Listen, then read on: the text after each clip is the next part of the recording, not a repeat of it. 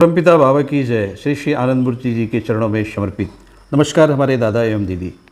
Amps structure प्रथम part की चर्चा के बाद हम क्रमांक दूसरे पार्ट में प्रवेश कर रहे हैं। एएमपीएस संस्था को समझने के लिए उसका स्ट्रक्चर को समझना बहुत ही आवश्यक है। एएमपीएस संस्था का स्ट्रक्चर समझने का अर्थ यह नहीं होता कि कौन सा पद या पोस्ट किसके अधीन होता है और कौन किसका सुपरवाइजरी है और किसके पास कितने अधिकार हैं। स्ट्रक्चर समझने के लिए यह पता लगाना होगा कि इस स्ट्रक्चर का उद्देश्य या उसकी विशेषता क्या है। हम लोगों ने इस दुनिया में बहुत सी संस्थाएं देखी है, उसके स्ट्रक्चर को भी देखा है, लेकिन एएमपीएस संस्था की अपनी एक बहुत बड़ी विशेषता है जो दूसरे किसी भी अन्य संस्था के स्ट्रक्चर में नहीं है। जब कोई संस्था अपने स्ट्रक्चर में किसी भी पद या पोस्ट हो, चाहे वह पद या पोस्ट सबसे छोटी हो या सबसे बड़ी हो, उस पद या पोस्ट के लिए उपयुक्त उस प्रत्याशी की सिर्फ एकेडमिक योग्यता या टेक्निकल योग्यता ही देखी जाती है। उस संस्था को उस प्रत्याशी की आध्यात्मिक योग्यता या उसकी नैतिकता से कोई सरोकार नहीं होता। लेकिन यदि एएमपीएस स्ट्रक्चर में किसी के प्रवेश होते ही उसकी आध्यात्मिक चरित्र, आचरण और उसके व्यवहार संबंधी योग्यता को पहले देखा जाता है, और यदि वह उस लायक नहीं होता तो उसको उस लायक बनाया जाता है। सबसे पहले हम लोग एएमपीएस संस्था की विधायिका यानी सेंट्रल कमेटी की चर्चा करते हैं। एएमपीएस संस्था की विधायिका यानी सेंट्रल कमेटी का गठन किस प्रकार होता है और किन किन लोगों के द्वारा होता है, यह समझना होगा। एएमपीएस संस्था में जितने भी बोनाफाइड पुरोधागण होते हैं, वे सभी पुरोधागण अपने ही बोनाफाइड पुरोधागणों में से एक निश्चित संख्या में पुरोधा लोगों का चयन करते हैं। जिन बोनाफाइड पुरोधा लोगों को चयन हो जाता है, वे सभी पुरोधागण एएमपीएस संस्था की सेंट्रल कमेटी कहलाती है।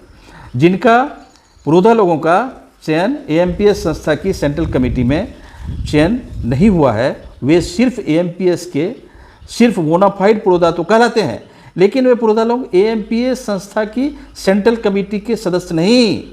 हम लोगों के सामने बहुत बड़ा प्रश्न उठता है कि एएमपीएस संस्था में ऐसा नियम बनाया ही क्यों गया। उस पर विचार करना बहुत ही आवश्यक है।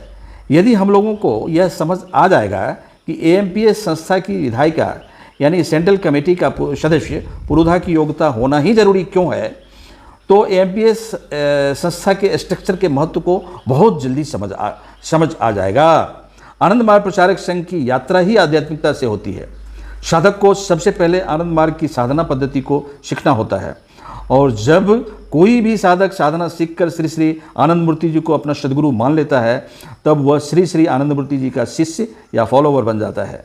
लेकिन जब श्री श्री आनंद मूर्ति जी का वही शिष्य एएमपीएस संस्था की कोई ड्यूटी या उत्तरदायित्व ग्रहण कर उसको पूरा करना अपना कर्तव्य समझकर करने लगता है, तब वह गृही मार्गी बन जाता है।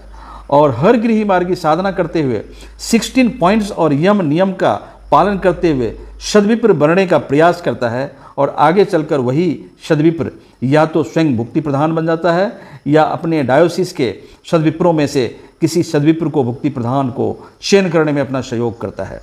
वही सद्विप्र गृही तात्विक या गृही आचार्य भी बन सकता है, और यदि चाहे तो वह सद्विप्र विशेष योग की साधना सीखकर पुरोधा भी बन सकता है।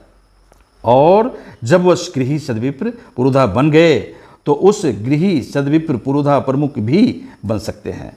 अथवा यदि वह गृही सद्विप्र एएमपीएस संस्था के डब्ल्यूटी वर्कर्स के रूप में अपने आप को समर्पित करना चाहे तो तात्विक, आचार्य, अवधूत और विशेष योग की साधना सीखकर पुरोधा बन सकता है, और फिर पुरोधा से पुरोधा प्रमुख तक बन सकते हैं। उपरोक्त बातों से यह तो पता चलता ही है कि गृही मार्गी या डब्ल्यूटी वर्कर्स, डब्ल्यूटी मतलब होल टाइमर्स वर्कर्स, दोनों ही पुरोधा बन सकते हैं। जब कोई भी गृही मार्गी या डब्ल्यूटी वर्कर्स यदि पुरोधा बन गए तो वे एएमपीएस संस्था की सेंट्रल कमेटी के सदस्य भी बन सकते हैं। उपरोक्त प्रक्रिया में 2 शब्दों का जिक्र हुआ है, पहला सद्विप्र, दूसरा पुरोधा। अब हमको यह समझना होगा कि सद्विप्र और पुरोधा में क्या अंतर है। पुरोधा बनना और पुरोधा बनाना एएमपीएस संस्था की संस्थागत सिस्टम की प्रक्रिया के अंदर आता है। इसके लिए विशेष योग की परीक्षा से गुजरना होता है। लेकिन सद्विप्र बनने के लिए सिर्फ अपनी साधना 16 पॉइंट्स यम नियम का कठोरता से पालन करना होता है और साथ में चारों वर्णों शूद्र, क्षत्रिय, वैश्य और विप्र के गुणों का अपने चरित्र में समावेश करना होता है। इसके लिए जरूरी नहीं कि वे विशेष योगी हों, हो भी सकते हैं और नहीं भी। सद्विप्र बनने के लिए पुरोधा होना जरूरी नहीं, लेकिन एक पुरोधा के अंदर सद्विप्र के गुण अवश्य होना चाहिए। चर्याचर प्रथम भाग अध्याय 34 के भुक्ति प्रधान के अनुसार दूसरे पैराग्राफ भुक्ति प्रधान का चुनाव के अनुसार भुक्ति के सद्विप्र जो 16 विधि में प्रतिष्ठित हैं, अपने में से एक भुक्ति प्रधान का चुनाव करेंगे। भुक्ति प्रधान आचार्य या तात्विक नहीं भी हो सकते हैं, किंतु उन्हें एक शिक्षित गृही मार्गी होना पड़ेगा। वे इस पद पर 3 वर्षों तक बने रहेंगे, इसके बाद पुनः चुनाव होगा। चर्याचर के उपरोक्त कोटेशन के अनुसार भुक्ति प्रधान जो सद्विप्रों द्वारा चुने जाते हैं, वे भुक्ति प्रधान सद्विप्रों के डायसिस लेवल के मुखिया भुक्ति प्रधान होते हैं। लेकिन भुक्ति प्रधान जो सद्विप्र हैं, उनके लिए पुरोधा होना जरूरी नहीं। जिस प्रकार से पुरोधा बनने के लिए AMPS की संस्थागत प्रक्रिया है, उस प्रकार से सद्विप्र बनने के लिए AMPS की कोई भी संस्थागत प्रक्रिया नहीं है। चर्याचर के अनुसार सद्विप्र बनने के लिए 16 विधि में प्रतिष्ठित होना जरूरी है, अर्थात आनंद मार्ग की साधना और 16 पॉइंट्स का चरित्र में कठोरता से पालन करना ही सद्विप्र बनने की फाउंडेशन है। प्रस्तुति बाबा श्री श्री आनंदमूर्ति जी के चरणों में प्रस्तुति द्वारा आचार्य मंत्र चेतनानंद अवधूत। क्रमशः तीसरे पार्ट में हम कुछ अलग और विशेष चर्चा करेंगे।